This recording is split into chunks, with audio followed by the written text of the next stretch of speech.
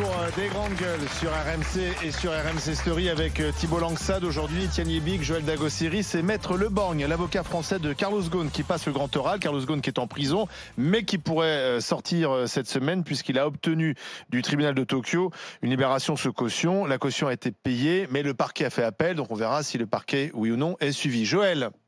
Oui, alors à vous écouter, on a un sentiment d'injustice. Bon, la justice n'est pas passée, mais on a un sentiment que vous parlez d'injustice à l'égard de monsieur Ghosn. Et je me demande, la première question, est-ce qu'on a souvent ce sentiment-là quand la justice étrangère tape très dur? On a pu l'avoir avec le Mexique dans l'affaire de Florence Cassé. Dès que ça tape très dur, en France, on a le sentiment que c'est injuste, si ce qui se passe ailleurs, c'est assez disproportionné. Et voilà. Donc, est-ce que ça vient pas aussi du fait que notre justice est plutôt, comme le rappelait Étienne, un peu, je ne vais pas dire molle, mais voilà, on a vu avec Cahuzac par exemple, c'est tout doux pour lui. Hein, ça a été plutôt tout doux comparé au traitement de monsieur Ghosn.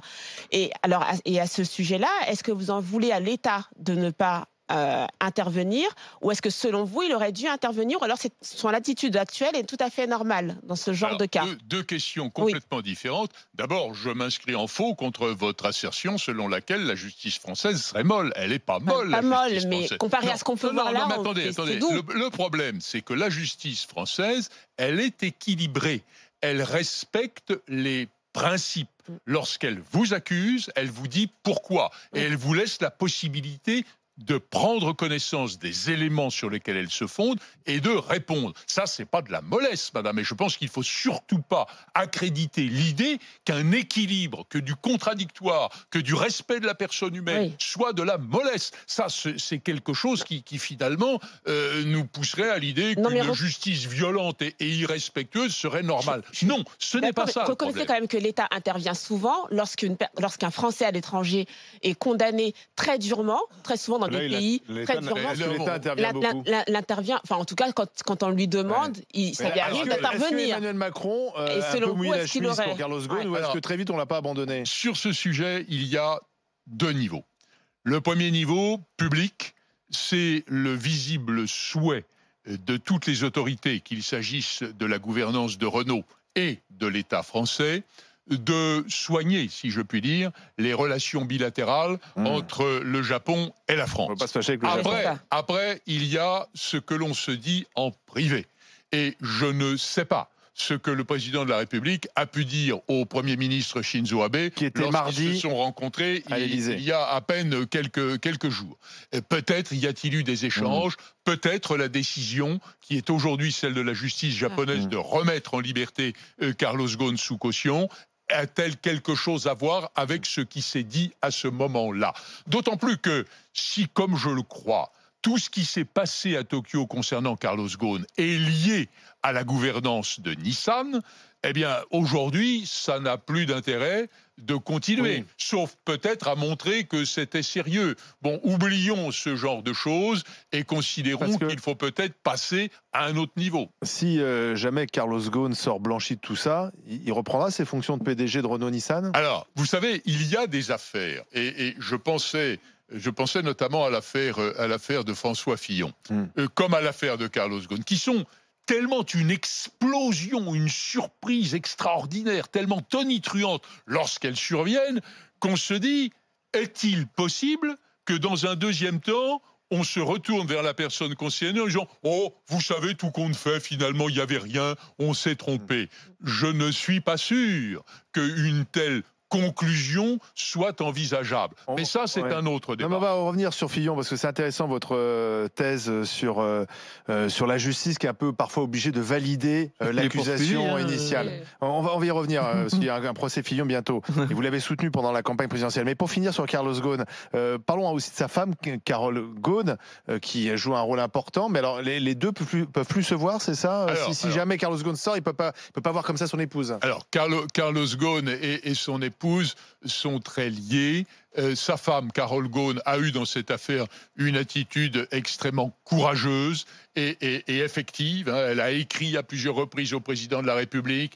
Elle est allée au Japon. Alors, vous savez qu'elle avait quitté le Japon un peu d'une manière précipitée. Elle y est retournée quelques jours plus tard pour répondre aux questions que la justice japonaise voulait lui poser. Je trouve qu'il faut rendre hommage. Elle a un rôle d'épouse tout à fait exemplaire dans cette affaire. Bon, voilà. Alors, quant à ce que seront ses capacités de rencontrer son mari, voire de partager, s'il est mis en liberté, la vie avec lui, comme c'est normal entre deux époux.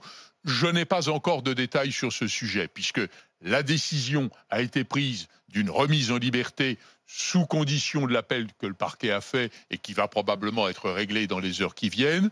Je n'ai pas la décision elle-même. J'ai les éléments globaux. Il y aurait, me dit-on, une régulation des modalités de rencontre entre les époux, mais sur ce terrain-là, je ne veux pas m'avancer avant d'avoir des éléments concrets. Thibault ? Bon, rappelez-moi, en tout cas, s'il en sort blanchi, il y aura quelques harakiri dans le rang de la justice et chez Nissan, ça on en est convaincu, ce qui ne sera pas forcément le cas en France, mais je pense qu'il ne faut pas qu'on soit naïf aussi, et si les comportements ou le comportement n'a pas été approprié, ce sera à justice de le dire. Fondamentalement derrière se cache une stratégie très, très violente à l'égard de Renault, et ça c'est grave parce qu'on est vraiment dans une logique de guerre économique. Ouais. Et on veut toujours laver plus propre son linge, on veut toujours être exemplaire, c'est un peu parfois notre syndrome en France, mais là très clairement on a aussi des enjeux économiques, et je ne sais pas quelle est l'attitude de l'État sur ce dossier précis, parce qu'il a mis en place une nouvelle gouvernance, mais il va falloir également riposter, parce que ce que l'on apprend effectivement, c'est que ce projet de fusion, qui était un projet plutôt pertinent, est à l'arrêt. Alors, comme je vous le disais tout à l'heure, ce projet était un projet signé Carlos Ghosn. Carlos Ghosn explique que c'est à cause de ce projet que chez Nissan, quelques personnes qui étaient opposées à cette nouvelle politique ont monté un dossier contre lui. Mais il y a une nouvelle proposition, cette fois-ci sans Carlos Ghosn, puisqu'il n'est plus dans le circuit, qui a été faite par Renault à Nissan, tendant à la même fin d'un rapprochement plus fort. On aura la réponse dans quelques jours. Je vous le disais, il est probable que ce soit négatif. Alors, une riposte, disiez-vous. Je ne sais pas s'il y aura une riposte. Mais ce qui est clair, c'est qu'il y a une rejaponisation de Nissan. Oui. Il y avait un patron qui était français. Il n'est plus là. Il y avait un directeur qui était français, qu'on vient d'écarter, qui était beaucoup moins connu, bien sûr, que Carlos Ghosn, mais qu'on vient d'écarter il y a quelques jours. Clairement, il y a une volonté que l'entreprise japonaise soit tenue par des Japonais. Or, la France a 43,4% d'actions de Nissan. Et c'est un petit peu le problème. Nous sommes, en quelque sorte, les patrons d'une entreprise étrangère. Ce n'est pas si facile à admettre pour les nationaux. Et je pense que là se pose une difficulté. Pour le Japon, pour les nationalistes. Oui. Alors, je voudrais qu'on... J'ai pas dit les nationalistes, j'ai dit les nationaux. Mais bon, au Japon, les nationaux sont nationalistes. Je voudrais qu'on parle de François Fillon. Vous n'êtes pas l'avocat de François Fillon. Je ne suis pas l'avocat de François. Mais vous l'avez soutenu pendant la campagne présidentielle. On a appris cette semaine qu'il y aurait un procès Fillon, puisque le couple François et Pénélope Fillon sera renvoyé en correctionnel, notamment pour détournement de fonds publics, l'histoire de cet emploi peut-être fictif à l'Assemblée nationale de Pénélope Fillon. Il y a aussi celui qui était le suppléant de François Fillon qui est renvoyé également devant le tribunal. C'est une affaire qui a eu des conséquences politiques considérable. Elle a peut-être fait basculer la présidentielle, puisque, rappelons-le, François Fillon, aux sorties de la primaire, est le grand favori, non seulement de la droite, mais de la présidentielle. Ça a entraîné aussi sa chute politique, puisque François Fillon a changé de vie. Et vous avez une théorie. Vous dites, bon, il y aura le tribunal, très bien, il va être jugé, mais imaginez un juge qui aurait le courage de dire, finalement, François Fillon est innocent. Donc, tout ce qui s'est passé il y a 2 ans avec cette présidentielle complètement folle, finalement, si François Fillon est innocent, il faudrait rejouer le match. Donc, le juge devra avoir beaucoup de courage. Non, je connais bien les juges français. Ce que je dis du Japon n'est un peu comme pour nous tous ici que du oui-dire et de la science récente. S'agissant de la justice française, je la connais depuis de nombreuses décennies, hélas pour moi, et je la connais bien. Il y a des juges courageux. Il y a des juges capables de ne pas s'attarder à ce qui a été fait avant pour juger un dossier tel qu'il le mérite. Mais c'est d'une manière générale, d'une manière globale, que je dis que quand certaines affaires sont des explosions nucléaires, comme a été la mise en examen de François Fillon, qui l'a écarté de la présidentielle, qui en quelque sorte lui était entre guillemets, promise, selon les sondages, et non pas promise pour autre chose, bien entendu. Il y a une extraordinaire difficulté, parce que juger un dossier, c'est sous-peser les éléments de l'accusation, sous-peser les éléments de la défense, finalement, c'est pas si compliqué que ça. En revanche, lorsque le jugement pourrait être un désaveu d'un événement qui a été extraordinaire, il faut avoir un vrai courage. Je pense que, je ne sais pas qui jugera cette affaire, je pense que nous avons des juges qui sont capables de cela. Mais je disais en général que pour les affaires qui sont plus que des événements, mais des surgissements nucléaires, on se dit c'est compliqué de juger au fond et de dire tout compte fait, il n'y avait rien. Mais est-ce que légalement, si vraiment ce juge courageux prenait ce type de décision, est-ce que légalement ça pourrait annuler une élection présidentielle? Dans la mesure où quand même il s'est présenté, M. Fillon. C'est vrai que ça peut-être joué dans l'esprit des gens qui... Mais il était candidat jusqu'au bout. Il a été candidat jusqu'au bout, ça ne l'a pas empêché de se présenter. Et franchement, je ne le crois pas. Je ne vois pas quelle serait la règle de droit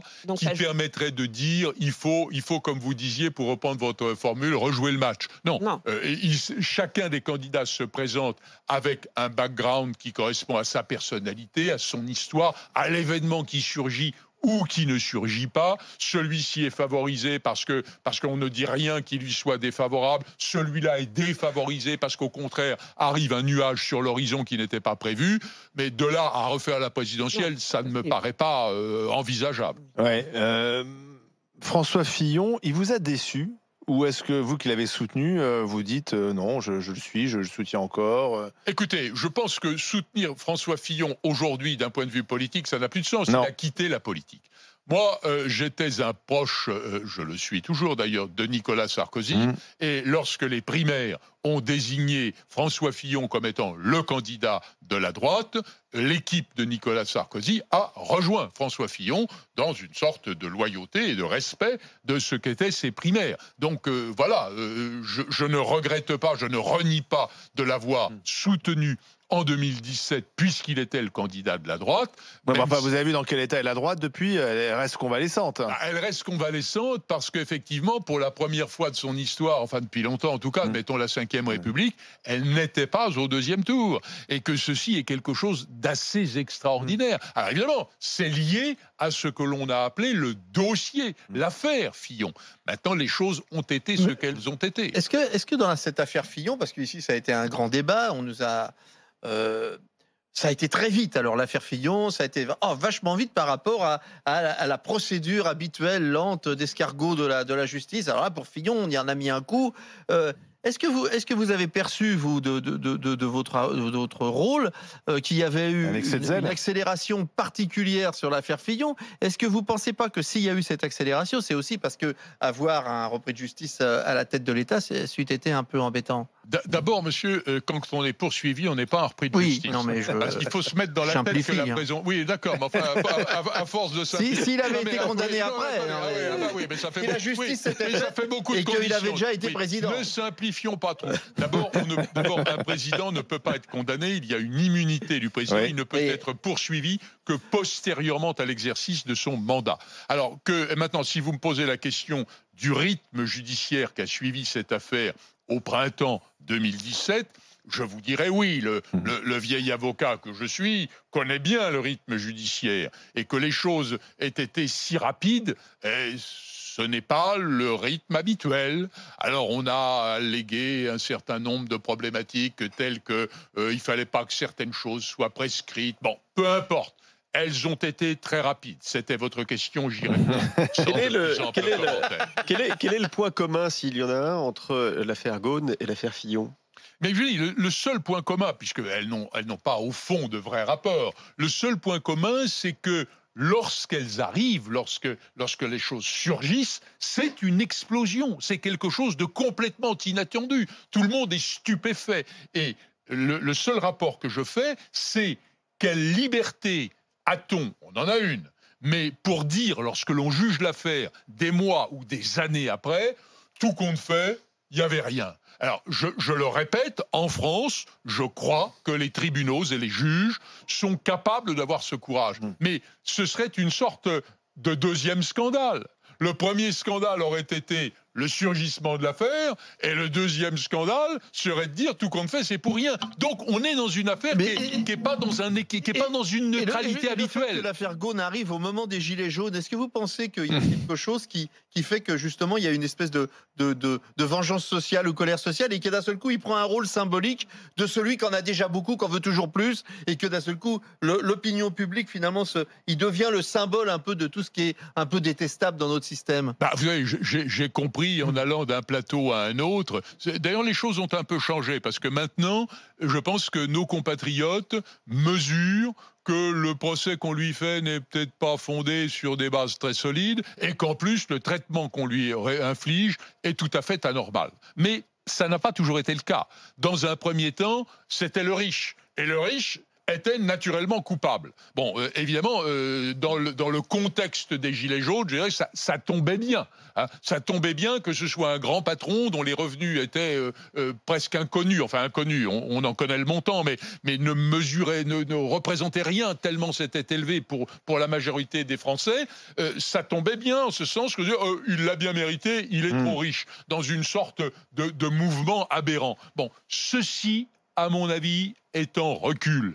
Et je pense que nos compatriotes ont compris qu'en réalité, il ne fallait pas faire de la ségrégation sociale, mais d'abord et avant tout que la justice passe selon des formes respectables. Vous êtes content, vous le sarkoziste, Nicolas Sarkozy est redevenu l'homme préféré des Français, l'homme politique préféré des Français? Écoutez, je pense que les Français n'ont pas à se plaindre de ce qu'a été le quinquennat Sarkozy. Bon, alors évidemment, il y a eu... Non, mais vous n'êtes pas nécessairement d'accord, madame, je le comprends. La hausse des impôts. Oui, non, mais un quinquennat, c'est pas une marche tranquille. Hein. Il y a toujours des difficultés. Il y a eu cette terrible crise économique de 2008. Il y a eu des phénomènes extraordinaires. Maintenant que Nicolas Sarkozy soit redevenu le préféré des Français, je trouve ça formidable. Avec un petit bémol, c'est que nos compatriotes ont une curieuse habitude. C'est d'aimer d'une manière extraordinaire ceux qui sont hors circuit et de détester ceux qui sont aux manettes. C'est pas faux. Il faudrait peut-être de temps en temps équilibrer un peu les choses. Merci Maître Lebang pour le grand oral.